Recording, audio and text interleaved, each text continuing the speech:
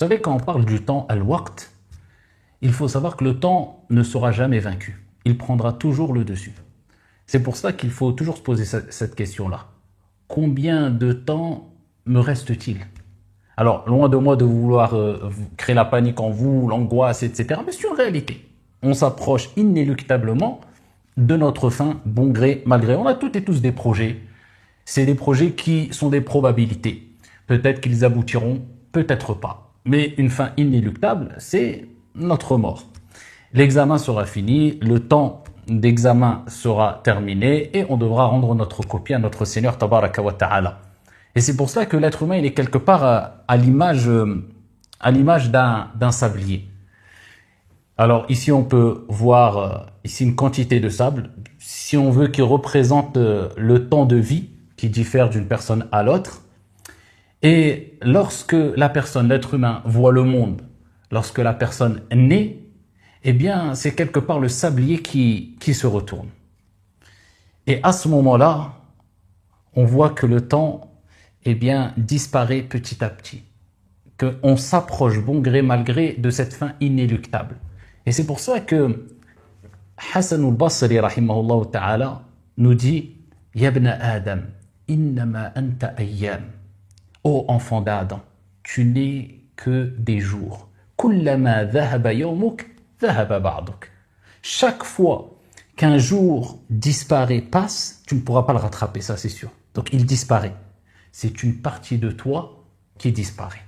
Quand on a pris conscience que le temps prendra toujours le dessus, quand on a pris conscience qu'on s'approche bon gré mal gré d'une fin inéluctable, quand on a pris conscience que cette vie-là est une vie d'examen, quand on a pris conscience de cela, de l'importance du temps, eh bien on a des priorités dans la vie qui doivent être respectées, en fonction bien sûr de nos convictions, en fonction de la perception qu'on a de la vie, etc.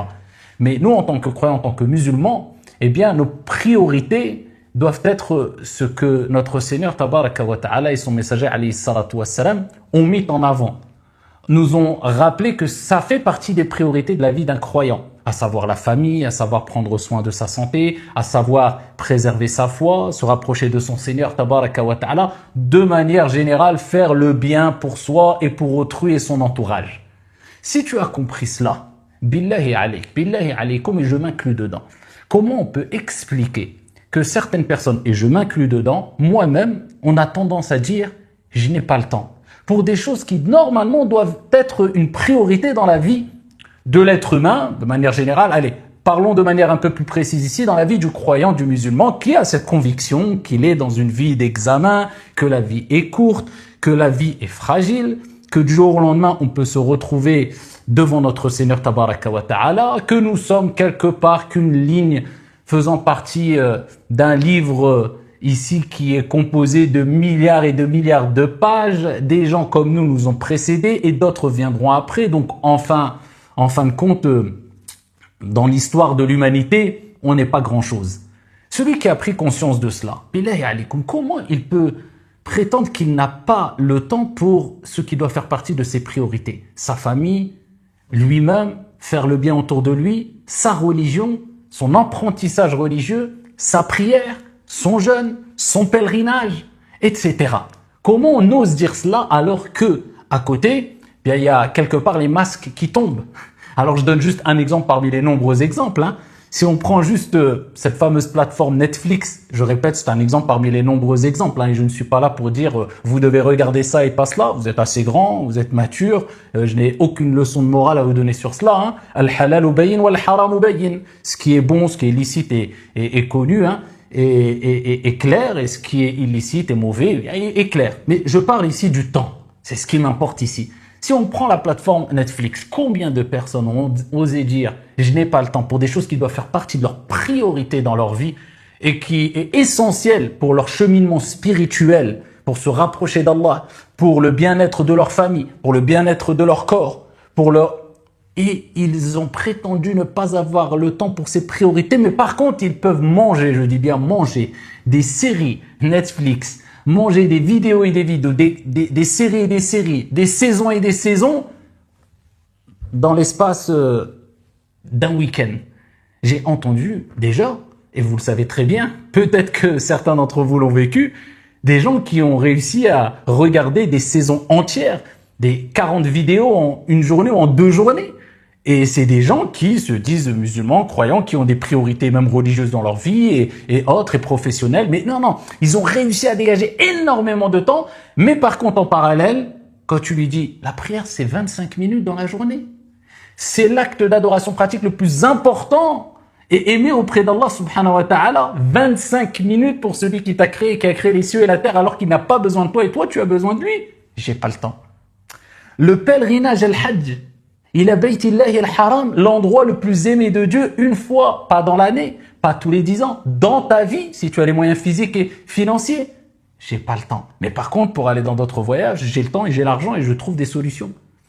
Pour eux, et combien de choses on laisse passer, on laisse filer, sans se rendre compte qu'on ne pourra pas rattraper ce temps, car Yabna Adam, innama anta ayyam, ô enfant d'Adam, tu n'es que des jours. Chaque jour qui passe est une partie de toi qui part, qui disparaît. Et on ne se rend pas compte que le temps, ce n'est pas de l'argent. Le temps, c'est un capital qui te permettra de gagner le paradis, la félicité éternelle dans l'au-delà et la réussite ici-bas si tu l'exploites comme il se doit. Et on le laisse filer. Alors, qu'on soit clair, perdre son temps, c'est humain. Et même moi, je mentirais à moi-même si je disais que je ne perds pas mon temps quelquefois. Ça arrive à tout le monde, on est des êtres humains, de perdre un peu son temps, de donner du temps pour des divertissements licites, etc. Ça, il n'y a pas de mal dans cela. Mais moi, je parle des gens qui, les priorités, les ont balayées et se mentent à eux-mêmes en disant « je n'ai pas le temps, c'est difficile pour moi d'apprendre la religion ou de faire la prière ou de lire le Coran ou de me faire un programme ou de donner du temps à ma famille pour sortir et se promener ou pour donner du temps à soi-même et prendre soin de soi, etc. » Mais par contre, pour des divertissements, pour regarder des séries sur Netflix ou autres, je parle en grande quantité, des saisons et des saisons dans un espace de temps très limité, ça j'ai le temps. Vous savez ce que vous faites en 1 heure? En une heure. Si on donnait juste, au-delà des actes d'adoration obligatoires, dans la religion, la prière, etc., si on donnait juste 15 minutes, 30 minutes de notre temps par jour, vous savez ce que vous pouvez faire? Vous pouvez lire combien de pages du Coran, sachant qu'une lettre c'est 10 hasanat. Combien de milliers de bonnes actions vous pouvez prendre? Combien de fois vous pouvez faire le dhikr en disant Subhanallah, alhamdulillah, la ilaha illallah, Allahu akbar, wa la hawla wa la quwwata illa billah, les paroles les plus aimées auprès d'Allah subhanahu wa ta'ala. Les invocations du soir et du matin, on les fait? Est-ce qu'on prend du temps pour apprendre sa religion? J'ai 25 ans, j'ai 20 ans, j'ai 30 ans, j'ai 40 ans, je ne sais toujours pas lire l'arabe. Ya ibadallah, apprendre à lire l'arabe, ça permet de lire la parole de Dieu qui a été révélée en langue arabe, le Coran, et avoir cette récompense de chaque lettre 10 hasanat. Vous savez que c'est un programme de 10 à 14, 15 cours, de 40, 45 minutes. En 2 semaines, tu apprends à lire l'arabe. Tu n'as pas le temps. Mais pour regarder 15 séries ou 15 films ou 15... Là, tu as le temps sur Netflix ou sur d'autres plateformes. Je parle encore de ceux qui exagèrent dans la quantité de séries, de saisons qu'ils ingurgitent, qu'ils mangent, qu'ils avalent, qu'ils... Subhanallah. Donc, cette parole de « je n'ai pas le temps », wallah, il faut avoir un peu de pudeur et un peu de retenue quand on la sort. Et arrêter de se mentir à soi-même. Le prophète sallallahu alayhi wa sallam a dit « Ni'matan, marbounun fihima kathir minan nas » 2 bienfaits dont beaucoup de gens ne donnent pas d'importance ou négligent, ou dont beaucoup de gens se font avoir. Et il dit « as-sihhatu wal-faragh » la bonne santé.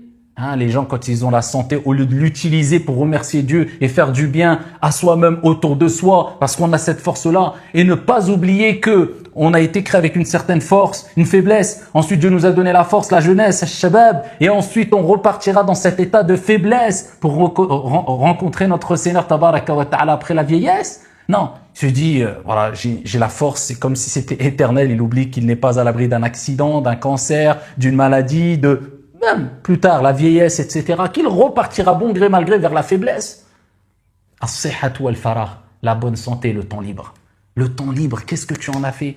Sache que si tu donnes 15 minutes de ton temps par jour, vous imaginez, on est arrivé à un stade de parler où on parle de 15 minutes simplement par jour de ton temps pour faire le bien, pour toi-même, pour ta famille, pour ton entourage, 15 minutes par jour. Rendez-vous dans 1 an et tu verras les résultats. Allez, donne-toi un programme. 10 minutes, je fais 10 minutes de Coran, de lecture de Coran par jour. Non, laisse-moi une journée, je suis motivé, je fais 2 heures et pendant 2 mois, je fais plus rien. Non, non, non, non. Les actions les plus aimées auprès d'Allah, ce sont adwamuha wa inqal. Celles qui sont régulières, même si elles sont minimes. Non, un programme. Imprime un programme aujourd'hui de telle heure à telle heure, peu importe, c'est une priorité. Vous savez, c'est pas une question de j'ai pas le temps, c'est une question de priorité. Qu'est-ce que c'est que ta priorité? Tu verras que tu fais des choses tous les jours qui, en fin de compte, normalement, ne doivent pas être une priorité car plus important dans ta vie et alors tu ne les as jamais laissées. Et tout le monde le sait. Alors ça peut être la femme dans son foyer ou l'homme dans son foyer ou pour eux. Peu importe, on sait très bien que quand on veut dégager du temps et qu'on en fait une priorité, on en fait une priorité. Et quand tu regardes le résultat au bout de 3 ans, cette chose qui normalement n'est pas vraiment une priorité, elle t'a apporté quoi? Rien du tout, ou très peu. Si maintenant tu l'avais remplacée par une chose plus importante, eh bien regarde le résultat au bout d'1 an, 2 ans, 3 ans, et peut-être 10 ans sont passés, tu te dis subhanallah, c'est vrai que concrètement, j'ai pas fait grand chose. Parce qu'il n'y a peut-être pas eu al-baraka et al-tawfiq, la bénédiction et la réussite apportée par Dieu parce que tu n'as pas mis le doigt où il fallait. Tu n'as pas eu les bonnes priorités. Au jour de la résurrection, n'oublie pas ce hadith-là. Et ensuite, je vous laisse. Le prophète sallallahu alayhi wa sallam a dit, personne ne quittera l'esplanade des comptes au jour de la résurrection. Au jour de la résurrection, il y aura des comptes et des comptes et des comptes. On devra rendre des comptes sur les petits, les grands péchés, bon gré, mal gré, croyants, non croyants. On a cette conviction. La justice d'Allah subhanahu wa ta'ala au jour dernier.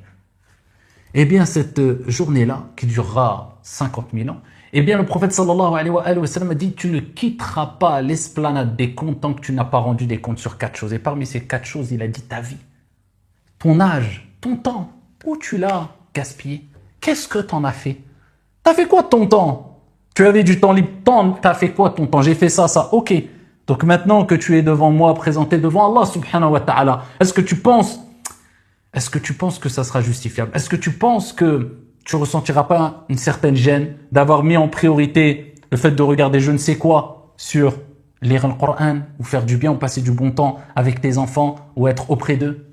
Est-ce que tu penses que tu n'auras pas honte quand tu auras été dans des endroits licites alors que des gens étaient en train de prier la nuit? Est-ce que tu penses que tu n'auras pas honte lorsqu'Allah subhanahu wa ta'ala te dira je t'ai donné la santé, le bon temps, la famille, l'argent, les bienfaits, je t'ai tout donné, qu'as-tu fait de ton temps? Et tu diras ya Allah, je n'avais pas le temps parce que à côté j'étais en train de m'amuser pendant des heures et des heures enfin, sur un jeu vidéo ou je ne sais quoi. Je parle de ceux qui sont dans l'excès, d'accord? Je ne parle pas de ceux qui prennent des moments de divertissement de manière cadrée, de manière saine, etc. Et de temps en temps, on a besoin, l'âme a besoin de cela, l'être humain a besoin de ça. Je parle de ceux qui rentrent dans l'excès et qui n'ont pas mis le doigt où il fallait. Il n'y a plus de priorité, il n'y a pas de programme, il n'y a pas d'organisation. Les jours, les semaines, les mois, les années défilent. Et concrètement, pour notre spiritualité, pour notre apprentissage dans la science religieuse, pour notre investissement dans notre famille, auprès de nos enfants, auprès de notre épouse, auprès de notre époux, auprès de nos parents qui ont besoin de notre temps, nos parents, auprès d'eux. Eh bien non, j'ai pas le temps. Wallahi, si on a un minimum de retenue vis-à-vis d'Allah et de haya vis-à-vis d'Allah, on ne doit plus sortir cette parole-là. Parce que le temps, c'est Allah subhanahu wa ta'ala qui le donne. La bénédiction dans le temps, c'est Allah azza wa jalla qui la donne. Et si tu te donnes un programme et tu mets en priorité des choses que Dieu aime, eh bien le reste de ton temps sera béni, incha'Allah ta'ala. Qu'Allah subhanahu wa ta'ala nous accorde sincérité, nous permette de bénéficier au mieux du temps. Nous ne sommes pas parfaits, nous faisons tous des erreurs, mais qui nous permettent de faire partie des gens qui ont réussi à exploiter le temps de la meilleure des manières afin que ce temps nous soit bénéfique ici-bas et dans le delà. Amin. Assalamu alaikum.